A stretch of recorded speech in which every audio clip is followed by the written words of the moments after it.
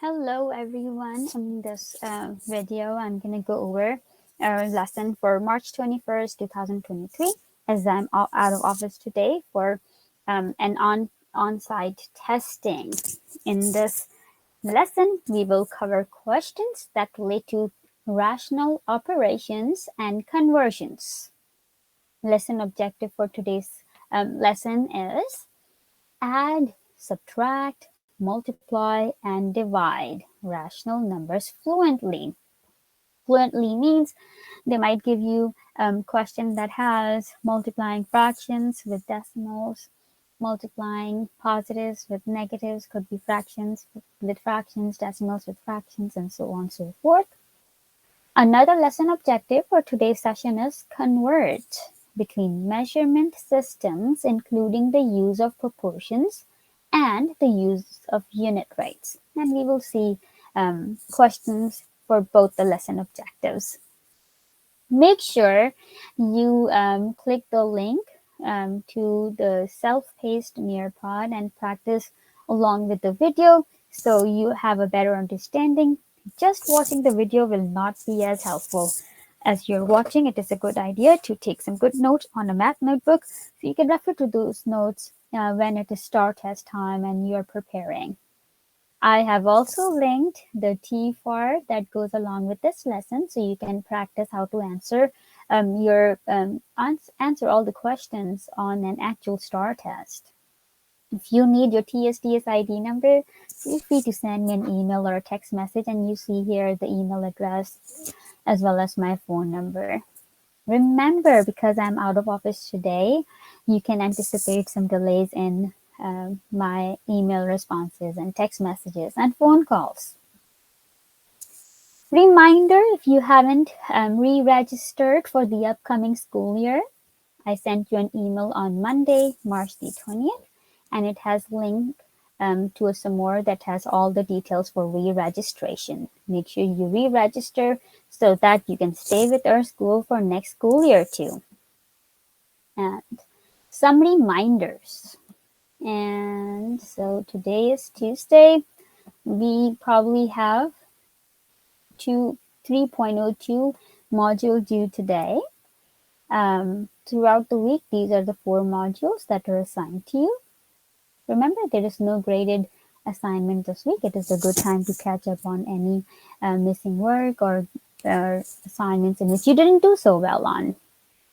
So today is Tuesday. Basically, the focus will be conversions, converting from one measurement to another. On Wednesday and Thursday, we will look at data analysis, right? These 2 topics are those that align with your online school modules pretty very well.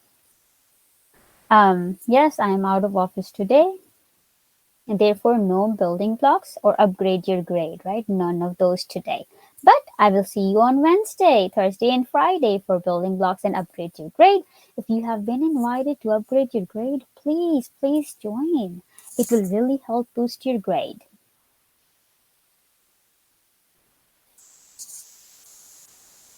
So Nearpod is loading. Here's question 1.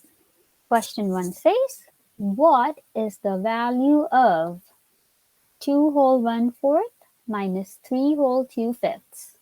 At this time, pause my video and solve the question, and then compare your answer with mine. And I'm going to go ahead, start to solve this question. I'm assuming you did take a little pause and you solved the question. So, and notice, when the question is in fractions, you are expected to answer in terms of fractions, right? So I'm going to copy the question. 2 whole 1/4 minus 3 wholes and 2/5. It is important to note, whenever we subtract fractions, you need common denominator. You need a common denominator. Right now, denominators are 4 in the first fraction and 5 in the second fraction. That will not work. So I'm going to make some common denominators. I'm going to go find multiples of 4. 4, 8, 12, 16, 20, and so on so forth. And I'm going to write down multiples of 5, 5, 10, 15, 20, and I'm going to stop here. I did find the common multiple. You guys can also see this common multiple here is 20.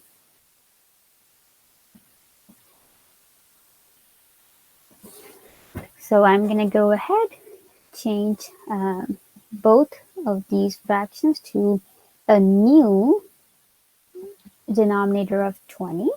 So in order for me to make this 4 into a 20, I will multiply this 4 by 5. And I'm going to do the same in the numerator. When I do so, now the fraction looks like this. It has 2 wholes. And the fraction part is 1 times 5 is 5. 4 times 5 is 20. This is the new fraction. Then I put in my subtraction sign, 3 wholes, and 2/5, right? And I want a denominator of 20. So for the 5 to become a 20, I multiply by 4. I also multiply this top one by 4. So my new fraction is 2 times 4 is 8. 5 times 4 is 20.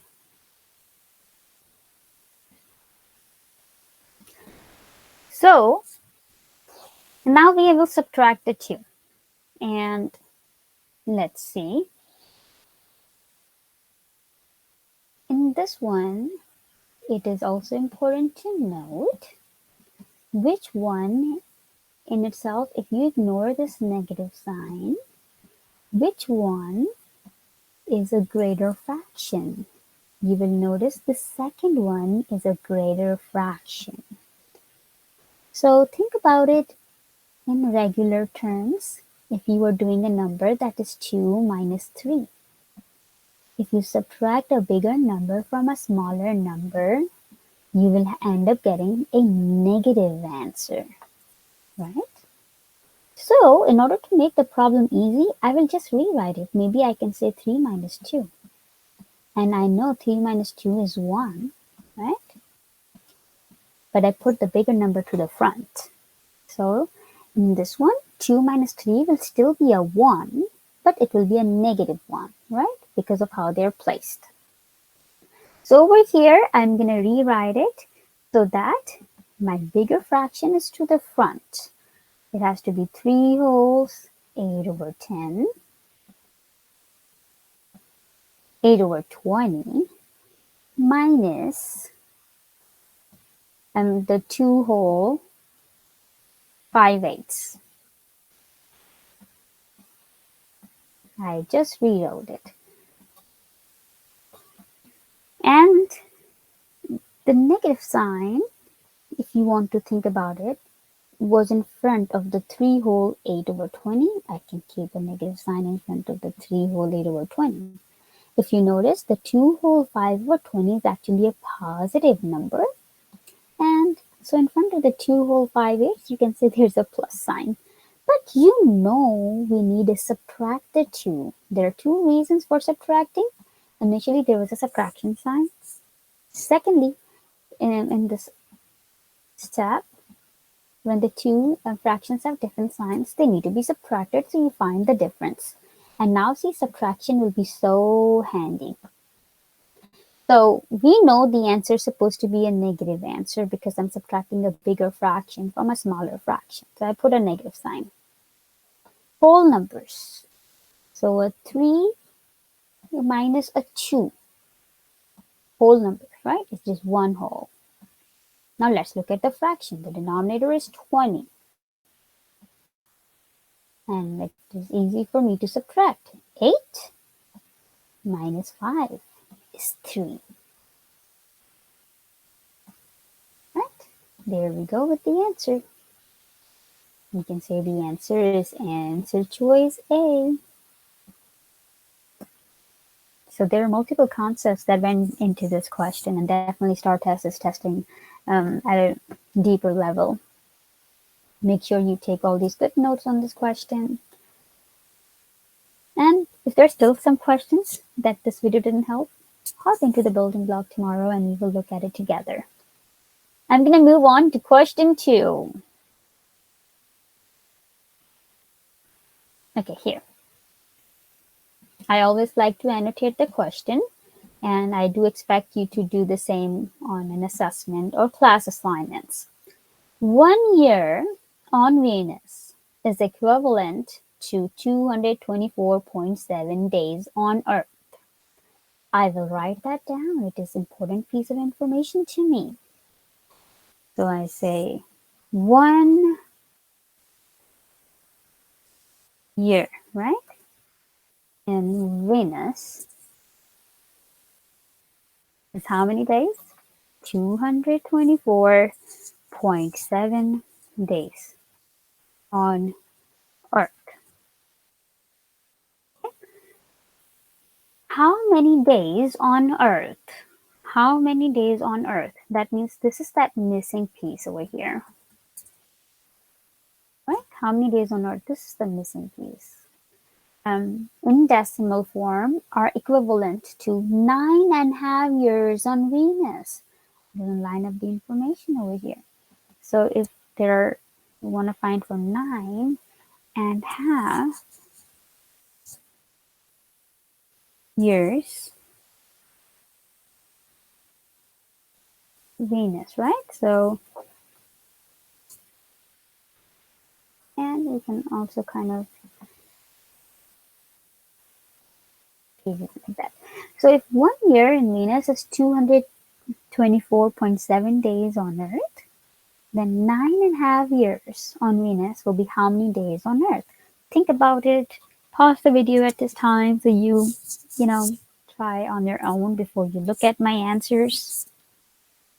Make sure you are in the T-FAR because this is a floating answer, and definitely I'm interested to see if you know how to enter in your answer. It is important you learn how to enter an answer when it's an open-ended question like this one. I'm expecting you that you solve the question and now you are unpausing. So, some guidance. You can also say, 9.5.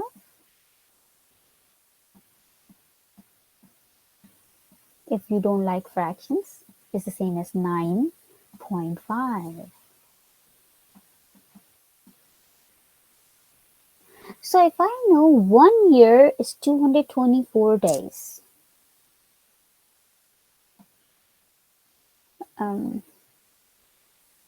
okay, it's 224 days. Can I also say then 2 years in Venus will be twice the amount of days times 224.7, right? If I want to find for 2 years, this is how I can find for 2 years. It will be twice the amount of days, or I can say then that is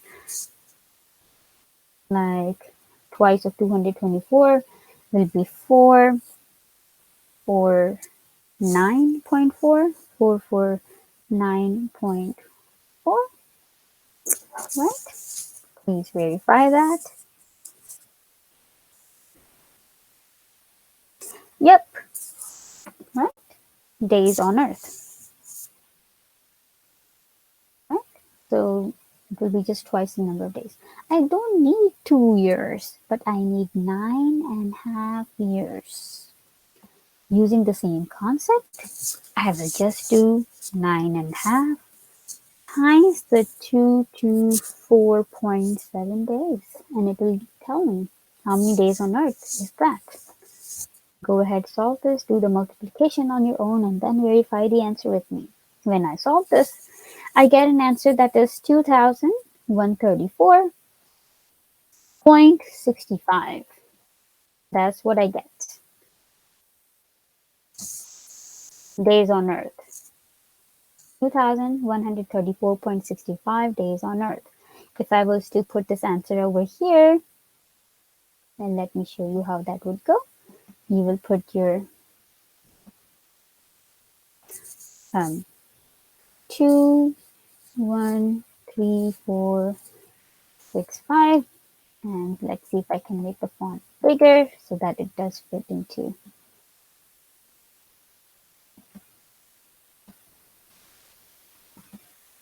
Okay, we can space it out. 2, 1, 3. This is how it should go in the answers. 4, and then there's a decimal. 6, 5. This is the answer. 2134.65. We can change the color. Let's see. We can change the color so the answer stands out. Yes, we could do that. Right, 2134.65. Make sure you do answer the question in T4 to see you know how to enter this in. If this is a positive number, I'm really not concerned about putting anything in that very first block. I'm going to use this only when my answer is negative, so I can enter in a negative sign. If you want, you can put in a plus sign, but that is really not needed. You type in the answer starting this block. The numbers goes in these blocks. Question 3. What is the value of the expression 26.95 divided by negative 5.5? Step 1, you need to understand when you divide a positive number by a negative number, the answer will be negative. And you see all these answers are negative, right? It is important to note that. And 5.5 is the same as 5.5. So you can divide by negative 5.5. Pause this video at this time and solve the question on your own. At this point, I'm hoping that you did solve the question, and now we can work it out together. I know I was supposed to divide 26.95 by negative 5.5.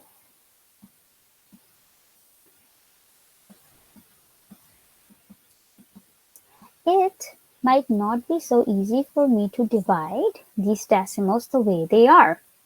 It is a good idea to get rid of decimals, over here at least. So I move one decimal over and I make this number into negative 55. I move one decimal to the right. The divisor becomes negative 55. It was 5.5, it became negative 55. I'll do the same to the dividend. Move one decimal to the right. So now the dividend becomes 269.5 divided by negative 55. Now, at least I'm dividing by a whole number, and that really does makes the question way easier. And let's go ahead and get started. I'm gonna set it up. So 269.5 and divide by 55. And I'm going to color code my work. So how many 55s go into 2? Obviously none. How many 55s go into 26? None. How many 55s go into 269? 4. Right? 4. And that is 220. Now let's look at a remainder.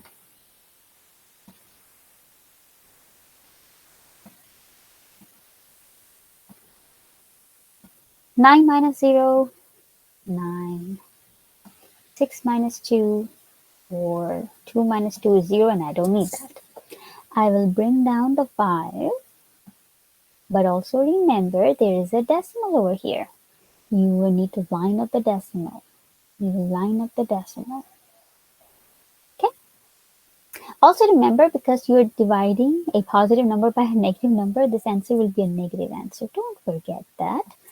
So 495, because I solved this question ahead of time and I know 9 times, right? It goes 9 times. So I can say 55 9 times is 495. And it does solve very precisely. And I can subtract. The remainder is 0. My answer is negative 4.9 over here. This is how you divide a decimal number by a negative fraction. And definitely you need to practice and practice and practice and get better at it. I'm going to go ahead and move on to the next question. What is the value of the expression 6 whole 3/4, parentheses, negative 11.5? Interestingly, look at the answers. The answers are in terms of fractions. That means it is, see, all these answers are in terms of fractions. That means I'm going to use fractions to solve this. Another important thing, when I multiply a positive number, 6 whole 3/4, to a negative number, my answer will be negative. And B cannot be the answer. B is the only positive answer.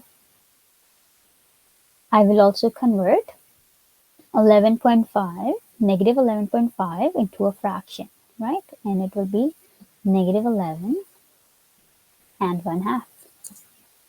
Why did I change that into a fraction? Because my answer choices are in fractions. So I know I have to handle fractions. Here, I see parentheses, 6 whole 3/4, parentheses, negative 11.5. Parentheses represent multiplication. So just write that down. Parentheses represent multiplication. Don't forget that. Parentheses always mean multiplication.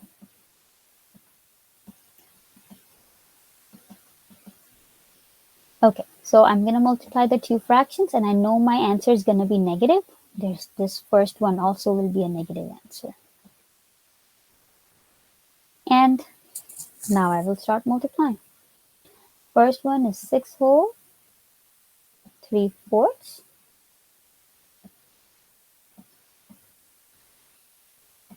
times a negative fraction, 11 wholes, 1/2.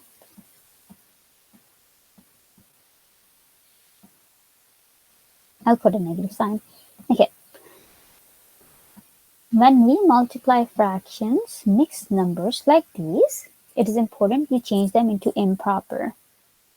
So to change it into improper, I multiply the denominator and the whole number. So 4 times 6, 24. Then add 3, 24 plus 3. 24 plus 3 is 27. Denominator will be 4 because denominator stays same. Times, let's do the same thing to the next fraction, make it into improper. 2 times 11 or 2 times negative 11 is negative 22. Negative 22 plus 1, right? Or just consider that as 22 and then 22 plus 1 is 23. And remember, it is a negative 1. It is negative. Denominator stays 2.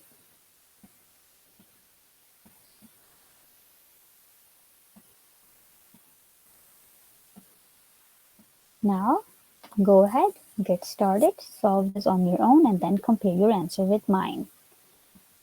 What do you have to do next? You multiply the numerators together. That means I multiply 27 times negative 23, and I get my new numerator. I multiply 4 times 2 to get the new denominator. Please do the calculations on your own. It will be a good practice for STAAR test. When I multiply my numerators, 27 times negative 23, I get negative 621. When I multiply the denominators, 4 times 2, I get 8.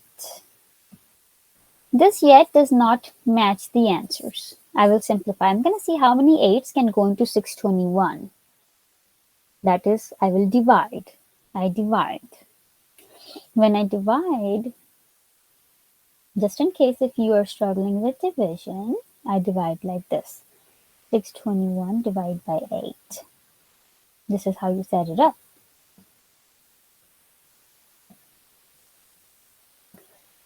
I end up getting an answer that is 77. Right? And because it is negative, I know this will also be negative. So definitely C is the answer. I get 77. Because 8 times 77 gives me 616. And I will get a remainder of 5. See how I'm going to work out the remainder. Remainder is 5. So this remainder actually becomes the new numerator, 5. And denominators again 8. See here, from the original fraction, denominator is supposed to be 8. So negative 77 and 5/8 is the answer. Let's go ahead and move on to the next question. What is the value of the expression 9 times 2.2? In this one, please pause the video before watching my solution. Please do so for best practice. So I'm hoping you did pause the video, you did solve it. I'm going to change the question to 9 times 2.2. When some of you saw set it up, and I've seen in my Nearpod slides, I'm just going to show you some good way. The 2-digit always should go at the top. 2 digits should always go at the top and then times by 9. Okay? This is a more convenient way. You end up getting an answer that is 19.8. But remember, this question says that it is a negative 9. So negative 9 times a positive number will be a negative answer. In this first box, don't forget to put a negative sign and then you put 19.8. You can use 19.8. If you want, you can also do 19.80 and the computer will still mark it right. Don't put in anything else but this. And there are some boxes that will stay empty because 19.8 will go like this. There's no other way you will put in 19.8 and the answer will be right. No. You can always leave some boxes over here. It's okay. Because this is the hundreds box. There is no hundreds. This is the thousands box and there is no thousands. Leave them empty. This is tens, this is ones, decimal, and the tenths. Okay, let's go ahead and move on. Question 6. Maggie wants to plant flowers in a rectangular garden in her backyard. And the length of the garden is 60 yards. The width of the garden is 7 feet. Whenever you read these questions, it is important that you read carefully because you see yards and then feet. Then Some people don't tend to use the reference chart as much. It is given to you at the start of the STAAR test, and that's okay. See, they gave you conversions. They've been nice. They say that 3 feet is equal to 1 yard. They also say that 3.28 feet is equal to 1 meter. They gave you conversions.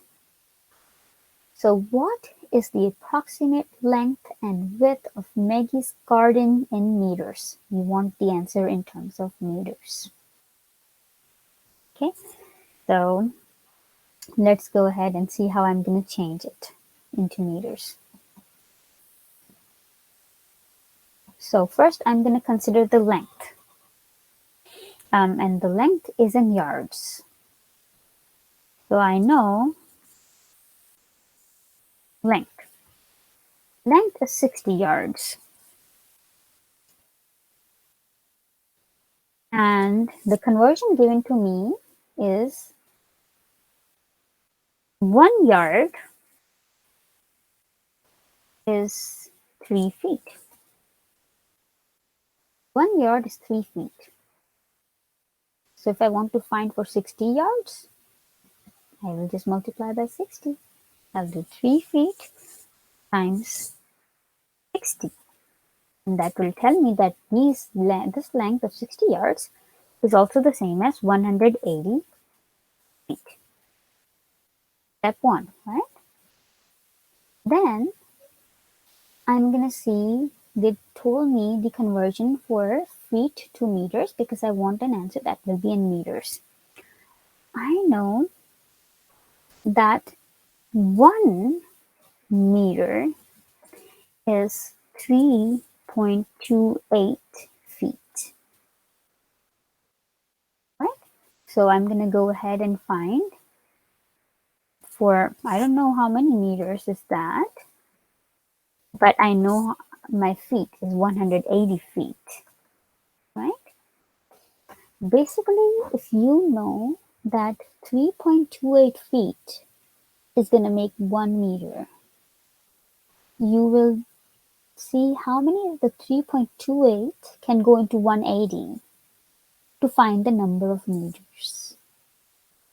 So it is a division question. 180, we'll say divide by, let me see if I have that division symbol here in those symbol thing.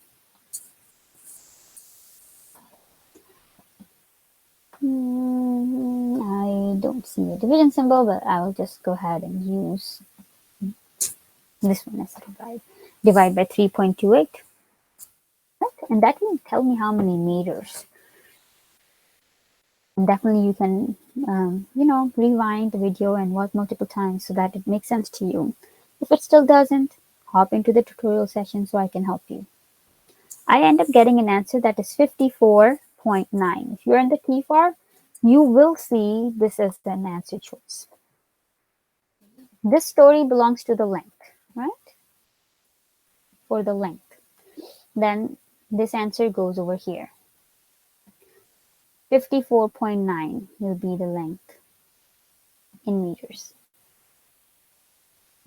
Then I'm going to go ahead and find the width. And let's go ahead and do that.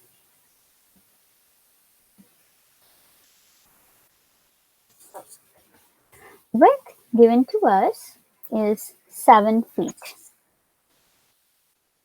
7 feet, right? And we also know that 3.28 feet is 1 meter.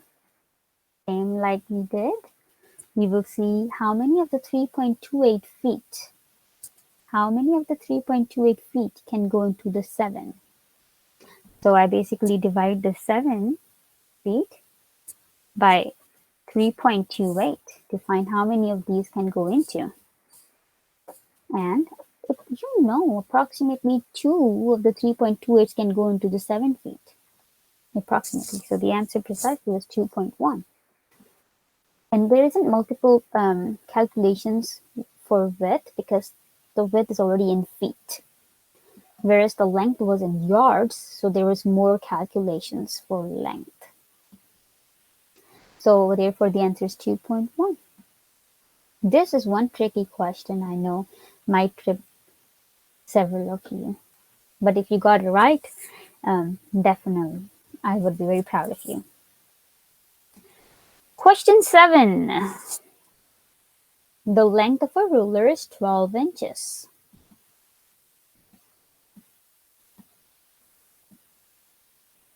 There are approximately 25.4 millimeters in 1 inch. Now, they are so nice, they gave you the conversion right there. Even if you're not using the reference chart, there is no excuse why we got it wrong. If you know how to do it, you should get it right. They give you all the information. So they want the measurement of the ruler in millimeters. Let's see how I will go about this question. And remember, if you follow a nice, good way of doing this, you will never mess up with these questions. I keep my millimeters to one side and the inches on the other. And I'm going to grab this conversion given to me over here. I'm going to use this. Okay? I know that 1 inch, 9 over 1 inch, it is 25.4 millimeters. That is given in the question. I also know the ruler is 12 inches. And I don't know how many millimeters that is, right? We don't know how many millimeters that is. If I know for 1 inch, it is 25.4, then in my mind, I am thinking 2 inches will be twice, right? It is 2 times of the 25.4. And that is 50.8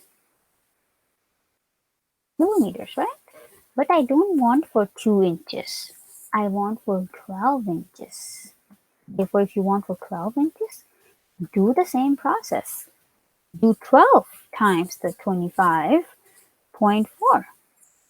And that will give you how much it should be.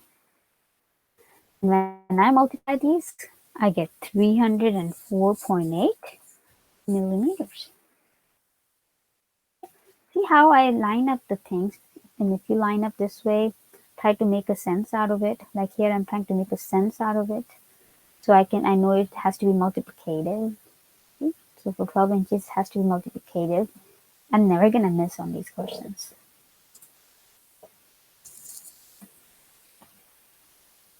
Question 8. During 1 month, Andre used 785 gallons of water at his home. There are approximately 3.8 liters in 1 gallon. They gave you the conversion, right? They're being so nice. That's interesting. So now STAAR test is giving you conversions right there. So which measurement is closest to the number of liters Andre used during this month? Please pause this video at this time and solve the problem on your own. Then unpause it and check your answers. So I'm hoping you did pause it. And now let's go over it together. I know that 1 gallon equals 3.8 liters. That's given to us in the question. Over here in green. Andre has 785 gallons.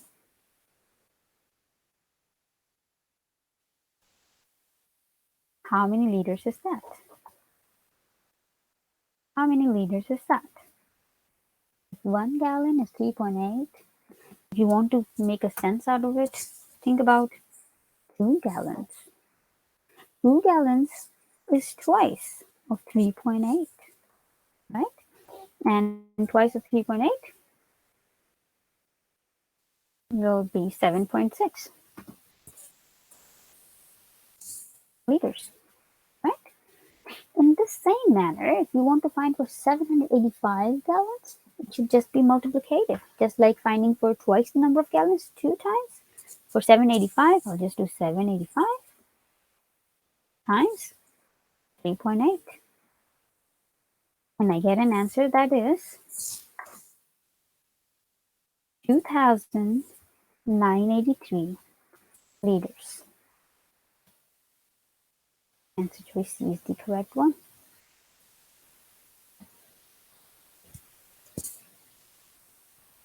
Remember, that is multiplicative. I know for 1 gallon. If I want to find for more, I just multiply. So whenever they give you for 1, it is called unit rate. They gave you the unit rate. Then they are asking you to find for more, and you multiply and find for more. Number 9. Chris bought 10.4 gallons of gasoline.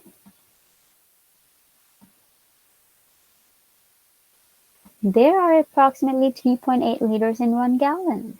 Which measurement is closest to the number of liters of gasoline Chris bought?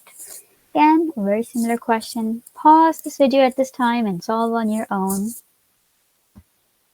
I hope you did pause the video, and let's go ahead and go over the question together. I'm going to write down the conversion as I did previously. I know that 1 gallon is 3.8 liters. I want to find for 10.4 gallons. I will simply multiply. I'll say 10.4 times 3.8 will give me the number of liters.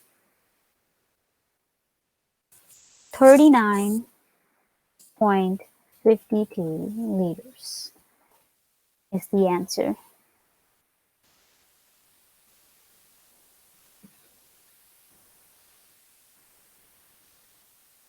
Let's go ahead and move on. Chloe is 5 feet 4 inches tall. They told you Chloe's height. They also tell you that there are 2.54 centimeters in 1 inch. They gave you the conversion. What is Chloe's height in centimeters? Please go ahead, give it a try. This is the kind of question that a lot of my kids, a lot of my students do not do well on. From my past history, I do not know what throws you guys off, but most of you just don't do so well on it. Please pause the video, yet give it a try. If you got it right on your own, you have no idea how proud I am with your math progress. Even if you didn't get it right, it's perfectly fine. We are learning together. Okay, so Chloe's 5 feet 4 inches tall. And is 5 feet 4 inches. I don't know her height in inches yet. But this conversion is just changing the inches to centimeters. It doesn't say about feet. But common knowledge, I'm going to write down, common knowledge says that 1 foot is 12 inches. It is common knowledge. If you didn't know, note it, remember it. Chloe is not 1 foot. Chloe is 5 feet. Therefore, 5 feet is 5 times 12, and that is 60 inches. Remember, Chloe is not 5 feet. Chloe is 5 feet and 4 inches tall. How much inches is that? That will be 60 plus 4, 64 inches. That's Chloe's height in inches. Any questions? But this is not what I need. I need her height in centimeters. Then, we also know that 1 inch is 2.54 centimeters. I know Chloe is 64 inches tall.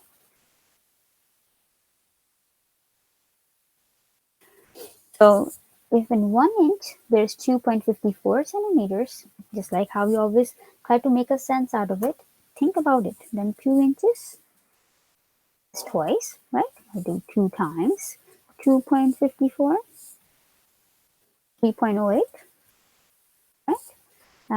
Centimeters, twice of it. So if you're thinking about 64 inches, just do it 64 times. 64 times 2.54. That will give you Chloe's height in centimeters. And when we multiply, we get 162.56 centimeters. That's answer choice C. Make sure you're not using calculator in any of these. It is just good practice that we keep calculating and practice the calculations. So this is these many steps for this problem. But Practice makes you better. It should not be so hard. Let's do the final question. Question 11. Nearpod is loading. Let's wait patiently, and here it is. The distance between two towns is 120 kilometers. Okay, we note that important information. I annotate that. There are approximately 8 kilometers in 5 miles. These are the trick questions. They don't tell you the relationship between kilometers and miles by one unit. They didn't tell me how many miles in 1 kilometer or how many kilometers in 1 mile. They didn't, right? But that's okay. I think we can still manage it. So which measurement is closest to the number of miles? We want miles between the two towns. I'm going to think about this in terms of proportions. I think about kilometers as given to me over here, right? That 8 kilometers. I was going to say 8 kilometers. And in terms of miles is 5. 8 kilometers is 5 miles. This information is given to me in the question. Then this town is 100. These two towns are 120 kilometers apart. Why did I put it to the top? Because it has kilometers, and kilometers is the quantity I put at the top. Right? Then here is this missing quantity in miles. I'm going to treat these as equivalent fractions, right? And solve it and get the answer. Just like this. For example, if they are equivalent fractions like these, 8 over 5 equals 120 over x. Or I'll just leave it blank, 120 over some missing number, like how you create some equivalent fractions. You will see, and this is always multiplicative or division, right? So because from 8 to 120 getting bigger, I know we are multiplying a certain number here. 8 times 10 is 80, 8 times 11, 12, 13, 14, 15. When I try 8 times 15, I got 120. This is that secret important multiplicative number. I'll do the same thing here in the denominator. I'll do 5 times 15 to get this missing number, right? I get an answer that is 75. So I can say number of miles will be 75.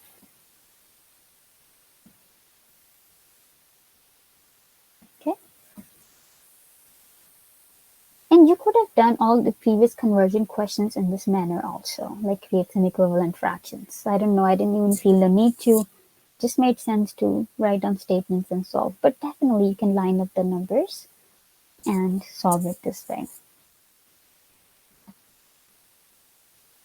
Thank you so much for watching. I'll be back tomorrow to answer any questions, concerns. Reminder, please keep attending Math Building Blocks with me. Please attend Upgrade Your Grade if I've invited you for upgrade your grade for a certain quiz. I mindfully invite you guys and I would love to see you attend.